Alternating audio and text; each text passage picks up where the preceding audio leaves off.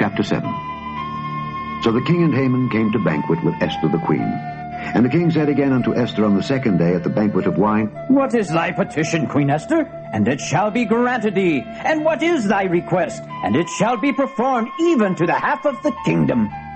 Then Esther the queen answered and said, If I have found favor in thy sight, O king, and if it please the king, let my life be given me at my petition, and my people at my request.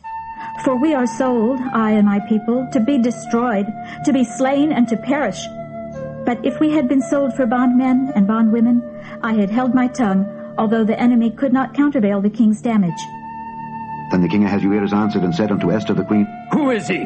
And where is he, that durst presume in his heart to do so? And Esther said, The adversary and enemy is this wicked Haman.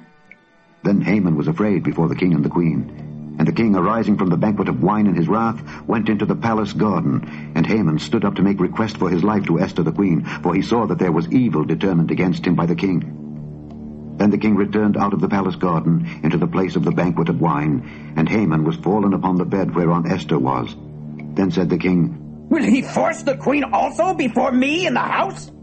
As the word went out of the king's mouth, they covered Haman's face.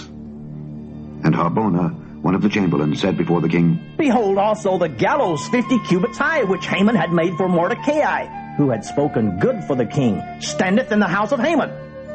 Then the king said, Hang him thereon.